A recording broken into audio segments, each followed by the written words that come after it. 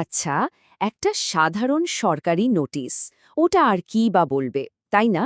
কিন্তু মাঝে মাঝে ওই একটা নোটিশের মধ্যেই লুকিয়ে থাকে একটা বিশাল গল্প। আজ আমরা এমনই একটা বিজ্ঞপ্তিকে খুঁড়ে দেখব কিভাবে একটা পরীক্ষা হাজার হাজার চাকরি প্রার্থীর জন্য 4 বছরের এক দীর্ঘ অপেক্ষার কারণ হয়ে দাঁড়িয়েছিল। তো প্রশ্নটা কি? প্রশ্নটা হলো ২০১০ সালের একটা পরীক্ষা হঠাৎ করে ৪ বছর পর কেন আবার নতুন করে নিতে হলো? এই একটা প্রশ্নের উত্তর খুঁজতে গিয়েই আমরা আসলে পুরো ঘটনাটার ভেতরে ঢুকে পড়ব। চলুন শুরু করা যাক। গল্পটার শুরু কিন্তু একটা পরীক্ষা দিয়ে, যেটা মাঝপথে গিয়ে একদম থেমে যায়। আর তারপর আসলো আদালত। আদালতের নির্দেশে সেটা আবার চালু হলো। তো এই পুরো সময়টায় ঠিক কি হয়েছিল, চলুন একটু ধাপে ধাপে দেখি। একবার টাইমলাইনটা খেয়াল করুন। ২০০০-এ পরীক্ষা হলো, তারপর প্রায় ২ বছর কেটে গেল শুধু এটা ঘোষণা করতে যে পরীক্ষাটা বাতিল। ভাবা যায়? এরপর আরও ১.৫ বছরের আইনি লড়াই, শেষে আদালত বলল পরীক্ষা আবার নিতে হবে। আর তার ফল কি হলো? ২০১৪ সালের মার্চে গিয়ে নতুন ডেট ঘোষণা হলো। চাকরি প্রার্থীদের জন্য এই ৪ বছর কি যে লম্বা একটা সময়, তাই না? যাই হোক, এত লম্বা একটা অনিশ্চয়তার পর অবশেষে একটা সমাধান আসলো। হাজার হাজার পরীক্ষার্থীর জন্য এটা যে কি বিশাল একটা খবর ছিল। ফাইনালি সিদ্ধান্ত হলো যে পরীক্ষাটা আবার হবে। আর সেই বহু প্রতীক্ষিত তারিখটা কি ছিল? বিজ্ঞপ্তিতে বলা হলো নতুন পরীক্ষার দিন হচ্ছে ২৩শে মার্চ ২০১৪। যারা এতদিন ধরে অপেক্ষা করছিলেন তাদের জন্য এই একটা ঘোষণাই তো ছিল সবথেকে বড় ব্যাপার। ওকে, তো ডেট তো জানা গেল, কিন্তু এই নতুন পরীক্ষাটা ঠিক কেমন হতে চলেছিল? শুধু তারিখ জানলেই তো হয় না, তাই না? পরীক্ষার প্যাটার্ন, নিয়ম কানুন এগুলোও তো জানতে হবে।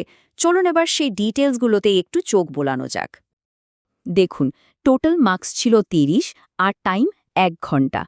এর মধ্যে ২০ নম্বর ছিল ৪০টা এমসিকিউ এর জন্য, মানে প্রত্যেকটা ঠিক উত্তরের জন্য হাফ নম্বর। আর বাকি ১০ নম্বর ওটা ছিল একটা প্রবন্ধ বা এসে লেখার জন্য। তবে হ্যাঁ, পরীক্ষার্থীদের জন্য একটা বড় স্বস্তির ব্যাপার ছিল, কোনো নেগেটিভ মার্কিং ছিল না। এবার আসা যাক আসল প্রশ্নে। এই যে নতুন পরীক্ষাটা হচ্ছে, এতে বসার সুযোগটা কারা পেল? প্রথম দেখায় তো মনে হবে যারা ২০১০-এ পরীক্ষা দিয়েছিল তারাই বসবে, সিম্পল। কিন্তু না, বিষয়টা মোটেও অতটা সহজ ছিল না। যোগ্যতার শর্তগুলো ছিল বেশ জটিল, মানে একটা বিউরোক্র্যাটিক মেজ বা গোলকধাঁধার মতো। এখানে মোট ৪টে ধাপ ছিল, আর প্রত্যেকটা পার করা মাস্ট। প্রথমত ২০১০ সালে অ্যাপ্লাই করতে হয়েছে। দ্বিতীয়ত সে পরীক্ষার জন্য একটা অ্যাডমিট কার্ড পেতে হয়েছে। তৃতীয়ত ২০১২ সালের দিকে সেই পুরনো অ্যাডমিট কার্ডটা আবার জমা দিতে হয়েছে।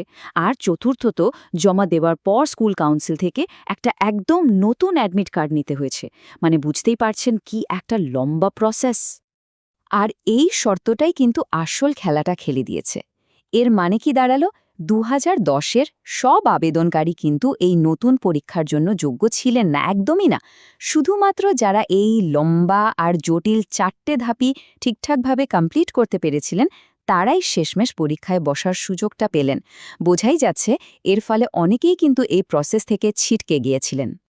বেশ, তো যারা এত সব শর্ত পূরণ করে যোগ্য হলেন তাদের জন্য কিন্তু কাজ শেষ হয়নি। পরীক্ষার আগে আরও কয়েকটা জরুরি কাজ বাকি ছিল। চলুন সেই ফাইনাল চেকলিস্টটা একবার দেখে নিই। তাদেরকে বলা হয়েছিল প্রথমে ZPS24 PGS ওয়েবসাইটে গিয়ে সব ডিটেলস চেক করে নিতে। তারপর নতুন অ্যাডমিট কার্ড ডাউনলোডের জন্য আর একটা ওয়েবসাইটে DPCSC24.in এ গিয়ে নিজের নাম আর জন্ম তারিখ এন্টার করতে হতো। আর হ্যাঁ, একটা খুব গুরুত্বপূর্ণ ব্যাপার ছিল, পরীক্ষার সেন্টার কিন্তু বদলায়নি। যেটা আগে ছিল সেখানেই আবার পরীক্ষা দিতে হবে। তো এই পুরো ব্যাপারটা থেকে আমরা কি বুঝলাম?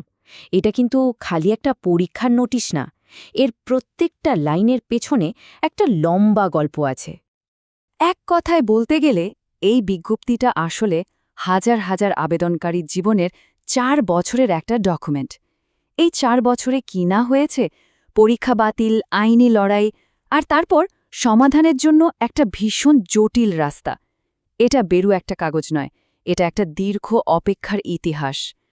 সবকিছু শেষে একটা প্রশ্ন কিন্তু থেকেই যায়, এই যে পুরো ঘটনাটা ঘটল, এটা কি প্রমাণ করে যে আমাদের সিস্টেম নিজের ভুল শুধরে নিতে পারে, নাকি এটা আসলে সিস্টেমের ভেতরে থাকা আরও গভীর কোনো সমস্যার দিকেই আঙুল তুলে? প্রশ্নটা কিন্তু ভাবার মতো।